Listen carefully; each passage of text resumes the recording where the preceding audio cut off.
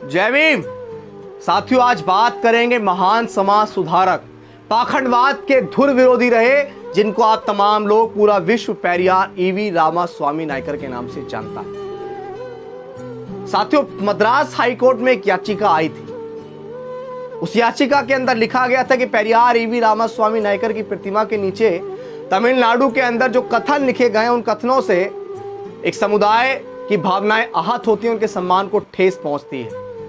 आखिर पेरियार ईवी रामास्वामी नायकर की प्रतिमाओं के नीचे तमिलनाडु के अंदर ऐसा क्या लिखा गया था जिसको मद्रास हाईकोर्ट ने खारिज करते हुए यह कह दिया था कि पेरियार ईवी रामास्वामी नायकर जो कथन कहते थे वो उस पर पूर्ण विश्वास भी रखते थे, इसलिए उनकी तमाम लिखी गई बातों को नहीं हटाया जा सकता। वो जैसे लिखी गई हैं उनको इतिहास के पन्नों में और मूर्तियों में ऐसे ही लिखा रहने दिया जाएगा।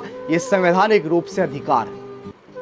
मैं आपको वो कथन सुनाने जा रहा हूं और जो सवालिया निशान पेरियार ईवी रामास्वामी नायकर ने पाखंडवाद के खिलाफ उठाए, आप बड़े ही खुश होंगे उन कथनों को सुनकर।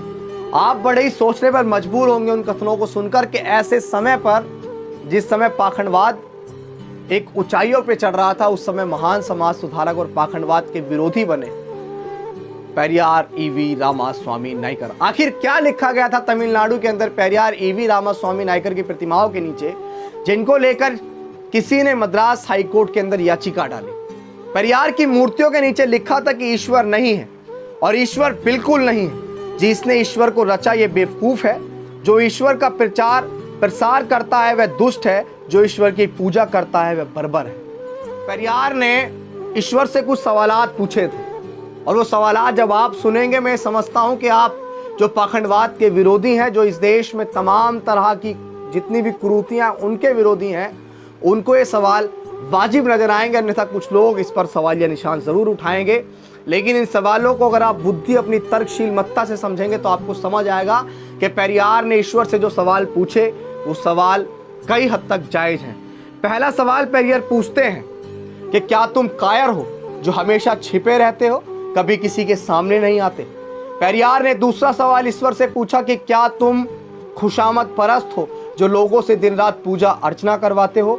तीसरा सवाल, क्या तुम हमेशा भूखे रहते हो जो लोगों से मिठाई, दूध, घी आदि लेते रहते हो। चौथा सवाल, क्या तुम मांसाहारी हो जो लोगों से निर्बल पशुओं की बलि मांगते हो। पांचवा सवाल, क्या तुम सोने के व्यापारी हो जो मंदिरों में लाखों टन सोना दबाए बैठे हो। छठा सवाल, क्या तुम व्यभिचारी हो जो मंदिरों में देवदासियां रखते हो। सातवां सवाल, क्या तुम कमजोर हो जो हर रोज होने वाले बलात्कारों को नहीं रोक पाते। आठवां सवाल, क्या तुम मूर्ख हो जो विश्व के देशों में गरीबी, भूखमरी होते हुए भी अरबों रुपयों का अनन दूध, घी, तेल बिना खाए ही नदी नालों में बहा देते हो। नौवां सवाल, क्या तुम बहरे हो जो बेवजह मरते हुए आदमी, बलात्कार होती हुई मासूमों की आवाज नहीं सुन पाते। 10वां सवाल, क्या तुम अंधे हो जो रोज अपराध होते हुए नहीं देख पाते। 11वां सवाल, क्या तुम आतंकवादियों से मिले हुए हो जो रोज धर्म के नाम पर लाखों लोगों को मरवाते रहते हो। 12वां सवाल, क्या तुम आतंकवादी हो जो ये चाहते हो कि लोग तुमसे डर कर रहें। 13वां सवाल, क्या तुम गूंगे हो जो एक शब्द नहीं बोल पाते लेकिन करोड़ों लोग तुमसे लाखों सवाल पूछते हैं। 14वां सवाल, क्या तुम भ्रष्टाचारी हो जो गरीबों को कभी कुछ नहीं देते जबकि गरीब पशु वत काम करके कमाए गए पैसे का कतरा कतरा तुम्हारे ऊपर न्यौछावर कर देते हैं। 15वां सवाल, क्या तुम मूर्ख हो कि हम जैसे नास्तिकों को पैदा किया जो तुम्हें खरी खोटी सुनाते रहते हैं और तुम्हारे अस्तित्व को नकारते हैं। पेरियार ईवी रामास्वामी नायकर कहते हैं, ये कथन आपको सुनना चाहिए और समझना चाहिए कि नास्तिक होना आसान नहीं। कोई भी नासमझ इंसान ईश्वर के अस्तित्व को मानकर फ्री हो जाता है। उसके लिए उसे बुद्धि की जरूरत नहीं होती, परंतु नास्तिक होने के लिए दृढ़ विश्वास और साहस की जरूरत होती है। ऐसी योग्यता उन लोगों के पास होती है जिनके पास प्रखर तर्क बुद्धि होती है। अंधश्रद्धा ऐसा केमिकल है जो इंसान को मूर्ख बनाने में काम आता है।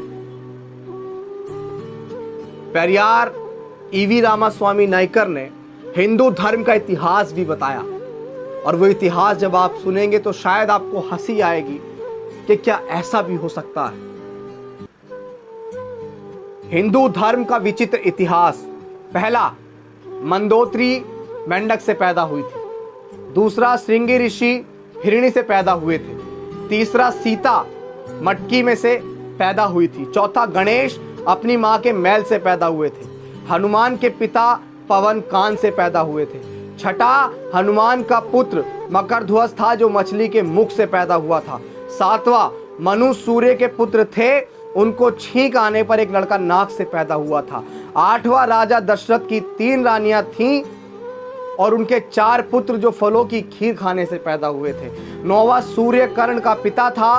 भला सूर्य संतान कैसे पैदा कर सकता है, वो तो आग का गोला है। 10वां ब्रह्मा ने तो 4 वर्ण वहां से निकाले, हद है। अछूत का बनाया हुआ चमड़े का ढोल मंदिर में बजाने से मंदिर अपवित्र नहीं होता। अछूत मंदिर में चला जाए तो मंदिर अपवित्र हो जाता है। उनके इस बात से कोई मतलब नहीं कि ढोल किस जानवर की चमड़ी से बना है। उनके लिए मरे हुए जानवर की चमड़ी पवित्र है, पर जिंदा अछूत अपवित्र। लानत है ऐसे धर्म पर। बुद्धिजीवी प्रकाश डालें, दिमाग की बत्ती जलाओ, अंधविश्वास भगाओ। यदि पूजा पाठ करने से बुद्धि और शिक्षा आती तो पंडों की औलादें ही विश्व में वैज्ञानिक, डॉक्टर, इंजीनियर होती। वहम से बचो, अपने बच्चों को उच्च शिक्षा दिलवाओ, क्योंकि शिक्षा से ही वैज्ञानिक, डॉक्टर, इंजीनियर और शासक बनते हैं। पूजा पाठ से नहीं, अंततः वहम का कोई इलाज नहीं और शिक्षा का कोई जवाब नहीं। शिक्षित बनो, संगठित रहो, संघर्ष करो। मैं उम्मीद करता हूं कि पेरियार ईवी रामास्वामी नायकर के ये कथन आप लोग समझेंगे और इन पर विचार करेंगे। बाकी आपका जीवन आपको कैसे व्यतीत करना है, ये संविधान आपको आजादी देता है। जय भीम, जय भारत, जय संविधान।